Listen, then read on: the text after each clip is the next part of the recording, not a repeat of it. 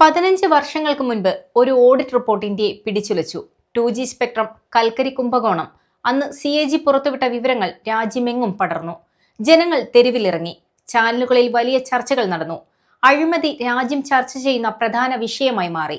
ഒടുവിൽ ഒരു സർക്കാർ തന്നെ വീണു. എന്നാൽ ഇന്നോ അഴിമതികളും സിസ്റ്റത്തിന്റെ പരാജയങ്ങളും പാവപ്പെട്ടവർക്കായുള്ള ക്ഷേമ പദ്ധതികളിലെ കോടിക്കണക്കിന് രൂപയുടെ നഷ്ടവും CAG വീണ്ടും തുറന്നുകാട്ടുന്നുണ്ട്. പക്ഷെ ഇപ്പോൾ രോഷമില്ല, പ്രതിഷേധങ്ങളില്ല, വാർത്തകളിൽ വലിയ പ്രാധാന്യവുമില്ല. ഇന്ത്യയിലെ പ്രമുഖ മാധ്യമങ്ങളെല്ലാം മൗനത്തിലാണ്.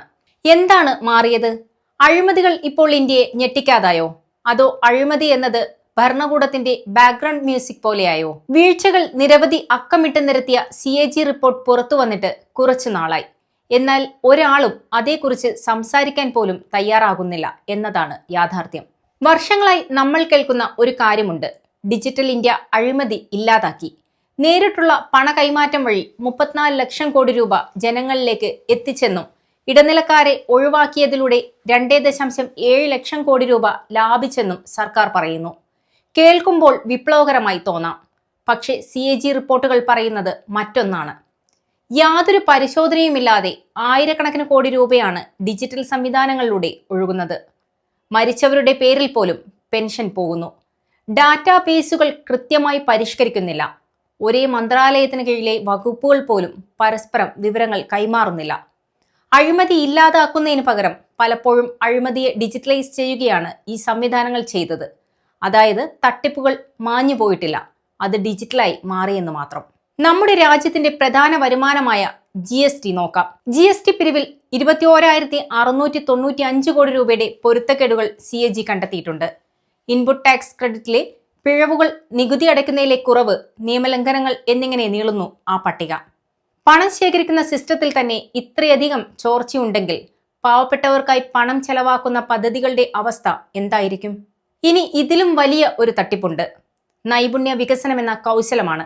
പ്രധാനമന്ത്രി കൗശൽ വികാസ് യോജന വഴി ദശലക്ഷക്കണക്കിന് ആളുകളിൽ പരിശീലനം നൽകിയെന്നാണ് കണക്ക്.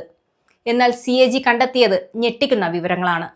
ഗുണഭോക്താക്കളുടെ റെക്കോർഡുകളിൽ 94% തെറ്റായതോ വ്യാജമായതോ ആയ വിവരങ്ങളാണ്. 94% എന്ന് പറഞ്ഞാൽ സത്യത്തിൽ സർക്കാർ വകയുള്ള ഈ പദ്ധതി നടപ്പായേയില്ല എന്നല്ലേ അർത്ഥം? പക്ഷെ രേഖകളുണ്ട്. അതിന്റെ കാര്യം അതിലും രസകരമാണ്. ഏതെങ്കിലും നാട്ടിൽ ഫെബ്രുവരി 31 എന്ന തീയതി ഉള്ളതായി കേട്ടിട്ടുണ്ടോ? എന്നാൽ ഇന്ത്യയിലുണ്ട്.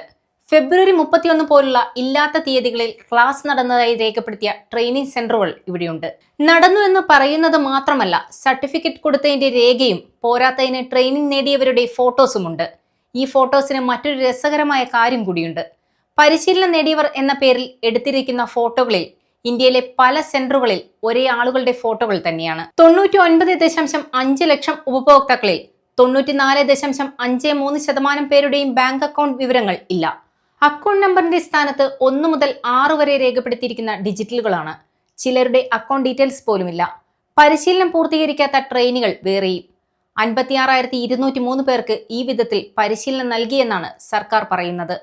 2015 മുതൽ 2022 വരെയുള്ള കാലത്തേക്ക് 14,448 കോടി രൂപയാണ് ഈ പദ്ധതിക്കായി മാറ്റിവെച്ചിരിക്കുന്നത്. ഇതിൽ 10,193 കോടി രൂപ അനുവദിച്ചു.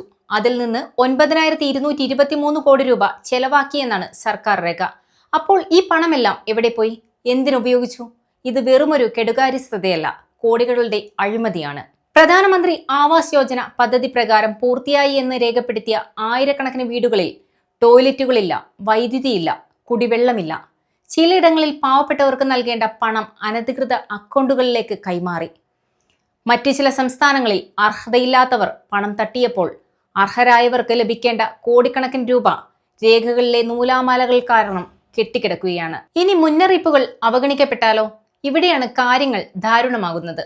9 ലക്ഷത്തോളം പേർക്ക് മലിനജലം വിതരണം ചെയ്യുന്നുണ്ടെന്ന് വർഷങ്ങൾക്ക് മുൻപ് CAG മുന്നറിയിപ്പ് നൽകിയിരുന്നു. പക്ഷെ ഒന്നും മാറിയില്ല. ഇന്ന് മലിനജലം കുടിച്ച് മനുഷ്യൻ മരിക്കുന്നത് നമ്മൾ കാണുന്നതാണ്. ഡൽഹിയിലെ പകുതിയോളം ഭൂഗർഭജലം കുടിക്കാൻ യോഗ്യമല്ല. മുന്നറിയിപ്പുകൾ ഉണ്ടായിരുന്നു, പക്ഷെ അത് ഗൗരവമായി എടുക്കാൻ ആരുമുണ്ടായില്ല. ഇനി ആയുഷ്മാൻ ഭാരത് പദ്ധതിയിൽ CAG കണ്ടെത്തിയത് എന്താണെന്ന് നോക്കാം. 7,49,000 ഗുണഭോക്താക്കൾ ലിങ്ക് ചെയ്തിരിക്കുന്ന മൊബൈൽ നമ്പറിന്റെ 10 അക്കവും 9 എന്ന ഒറ്റ വ്യാജ നമ്പറിലാണ്. ഇതിലും മോശമായത് മറ്റൊന്നാണ്. ഇൻഷുറൻസ് പണത്തിന് വേണ്ടി മാത്രം അനാവശ്യമായ ഹൃദയ ശസ്ത്രക്രിയകൾ ചെയ്ത ഡോക്ടർമാർ വരെ പിടിയിലായി. 1000-ലധികം ആശുപത്രികളെ പദ്ധതിയിൽ നിന്ന് പുറത്താക്കി. ഒരു വശത്ത് കോടികളുടെ തട്ടിപ്പ് നടക്കുമ്പോൾ മറുവശത്ത് സർക്കാർ പണം നൽകുന്നില്ലെന്ന് പറഞ്ഞ് അർഹരായ രോഗികൾക്ക് ചികിത്സ നിഷേധിക്കപ്പെടുന്നു. ഇത്രയൊക്കെ നടന്നിട്ടും അത് പുറത്തു വന്നിട്ടും എന്തുകൊണ്ട് ആരും പ്രതികരിക്കുന്നില്ല? ഇവിടെയാണ് പ്രധാന ചോദ്യം. പഴയ റിപ്പോർട്ടുകൾ സർക്കാരിനെ വീഴ്ത്തിയിരുന്നെങ്കിൽ ഇന്നത്തെ വലിയ അഴിമതികൾ എന്തുകൊണ്ടാണ് ആരും ശ്രദ്ധിക്കാതെ പോകുന്നത്? അതിന് 3 കാരണങ്ങളുണ്ട്. 1. അഴിമതി വാർത്തകൾ നിത്യസംഭവമായതോടെ ജനങ്ങൾക്കതിൽ അത്ഭുതമില്ലാതായി. 2. സോഫ്റ്റ്വെയറുകളിലൂടെയും ആപ്പുകളിലൂടെയും അഴിമതി നടക്കുമ്പോൾ അതൊരു സാങ്കേതിക പ്രശ്നമായി തോന്നുന്നു, അല്ലാതെ നേരിട്ടുള്ള മോഷണമായി തോന്നുന്നില്ലാത്തതുകൊണ്ടായിരിക്കാം.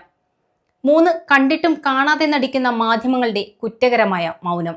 പരാജയപ്പെട്ട പദ്ധതികളുടെ പോസ്റ്റ്മോർട്ടം റിപ്പോർട്ടുകൾ പോലെയായി മാറുകയാണ് ഇന്ന് ഓഡിറ്റ് റിപ്പോർട്ടുകൾ.